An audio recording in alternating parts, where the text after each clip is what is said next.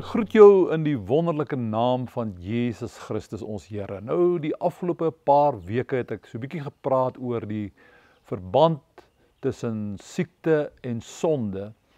En vandag wil ek terugkeer na daardie gebeurtenis in Kapernaum waar Jesus die lam man wat deur die dak voor hom laat sak is genees. En ek wil as tema gebruik: seun, jou sonde is vergewe.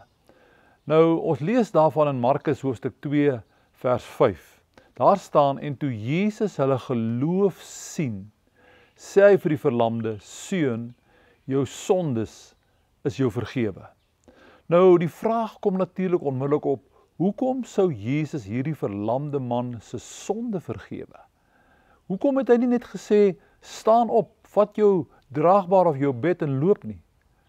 Was daar dalk iets meer as bloot 'n liggaamlike gebrek? Het Jesus iets geweet wat die mense nie geweet het nie? Pastorale en sielkundige beraders het dikwels 'n paar sessies met mense nodig om uit te vind wat presies die oorsaak van iemand se probleem is. Jesus, die Seun van God, het egter onmiddellik geweet wat hierdie man se probleem was. Die feit dat hy hierdie man van sy sonde vergewe, wys dat sonde hierdie man se groot probleem was, groter as sy lamheid. Enerzijds is dit moontlik dat sy toestand die gevolg van sonde in sy lewe was. Wie sal weet wat hy dalk vroeër in sy lewe gedoen het? Maar waarskynlik is dit moontlik dat die verlamde as gevolg van die geloof en die lering van sy tyd verkeerlik aanvaar het dat hy baie sondig en sleg was en dat hy God kwaad gemaak het en dus verdien om te ly. Hy het dus moontlik 'n onnodige sondewaan gehad. So dikwels loop mense as gevolg van 'n verkeerde verstaan van sonde en siekte met onnodige skuldgevoelens en 'n veroordelende gewete rond. Hulle het hulle self nie vergewe nie en dink daarom dat God hulle ook nie kon vergewe nie. Soms vind ons selfs dat mense wat geen insig in ons lewe het nie, op 'n simplistiese manier met sonde en siekte omgaan. Sommer sê of insinueer dat ons ly as gevolg van hierdie of daardie sonde.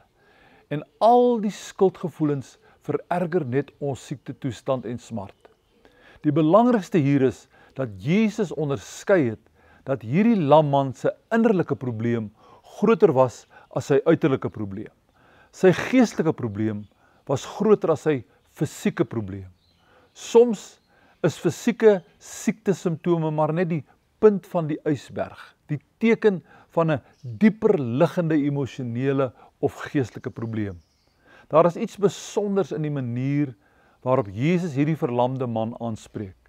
In die grondtaal het hy vir hom gesê: seun. Hierdie woord in die Grieks is teknon en dit in Grieks die besondere betekenis van eintlik kind. Dit kan vir sowel 'n man as 'n vrou gebruik word en word dan onderskeidelik vertaal met seun of dogter. In hierdie geval sê Jesus vir hom seun. Dis nie 'n verkleinerende term nie, maar is gebruik wanneer 'n hooggeplaaste persoon soos 'n koning iemand aangespreek het vir wie hy deernis en liefde ervaar het en aan wie hy welwillendheid wou betoon. Daarom is dit aangrypend dat Jesus vir hierdie man, wat waarskynlik deur sonde en skuldgevoelens gefolter is, dat hy vir hom sê: kind, seun. Wat moet dit nie aan hierdie man se gemoed gedoen het nie? Met dit wat hy geleer is van dat siekte 'n teken was dat hy gesondig het en dat God vir hom kwaad is, om uit die mond van Jesus, die Seun van God, te hoor: kind, God is nie kwaad vir jou nie. Jy is welkom by hom. Jy hoef nie bang te wees nie. Dit moes vir hom so bevrydend gewees het. Jesus se vryspraak bring vir hom vrede, stel hom gerus, soos 'n pa se stem sy bang kind in die donker gerus stel. En toe die las van vrees en die vervreemding van God van sy hart afrol, was sy genesing 'n blote formaliteit. Seun, jou sondes is jou vergewe. Wat 'n impak moes dit nie gehad het op die omstanders, wat hier was 'n dokter, wat nie net siek liggame gesond gemaak het nie, maar ook mense se sondes kon vergewe.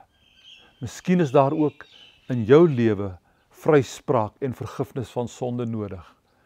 Hoor jy hom ook vandag vir jou sê, kind, kom ons bid tot hom saam. Here Jesus, U sien waar die mens se oog nie kan sien nie. Dankie dat U my met God versoen het en my sondes vergewe het. Dat U vandag ook vir my sê, kind, en ek vir U kan sê, Vader. Amen.